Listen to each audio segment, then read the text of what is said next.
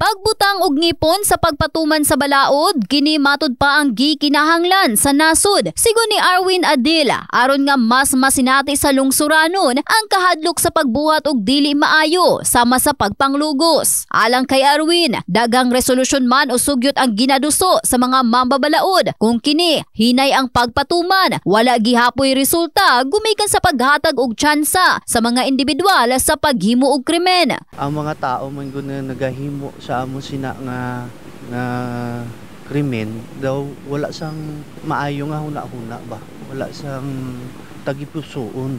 Kay kung normal ka nga tao iya sa amo na nga mga kuwan, hindi mo na makaya mahimuon.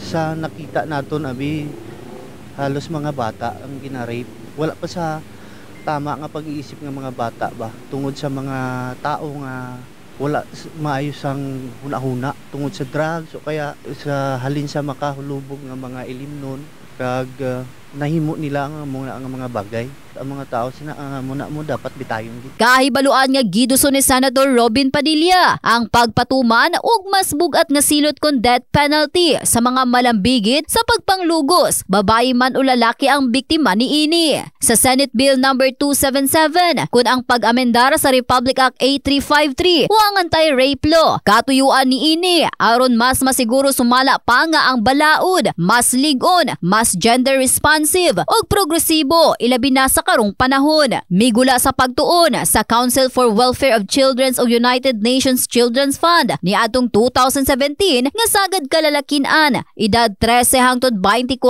anyos ang nakasinati og sexual nga pagpangabuso itandi sa mga babayi. Si Rica Hakusalim, usa ka estudyante, miuyon sa maong sugyot apan sigun kaniya. So, deserve jud nila og death penalty, pero dapat if ayha sa sila sa death penalty kanang with full evidence na jud po nga sila ang suspect para man po kay as a girl po murag unacceptable jud siya po if ma-rape po kanang murag down gud kay imong dignity po tapos lain po na kay mag-interact ka sa person na dili jud nimo gusto.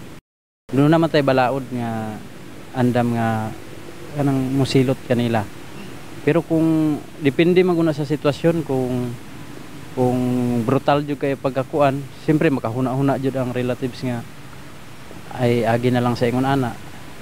Pero kung pinaagi sa kung gamito na to atong ato isip sa kakristohanon, dili jud unta angay. Ubos sa gisugyot sa senador ang reclusion perpetua nga silot mamahimong musangko sa death penalty kung ang rape gihimo gamit ang makamatay nga butang sa usa ka duha o daghan pang sospek. Ingon man og nawad-an og tarong nga pangisip ang biktima tungod sa pagpanglugos ug kung kini gisulayan paglugos ug ang homicide nahimo atol sa krimen ug uban pa. Sa karon, padayon pa nga ginadiskusyonan sa Senado ang maong sugyot. In the heart of changing lives, kini si Russell Jean Mantile, Brigada News.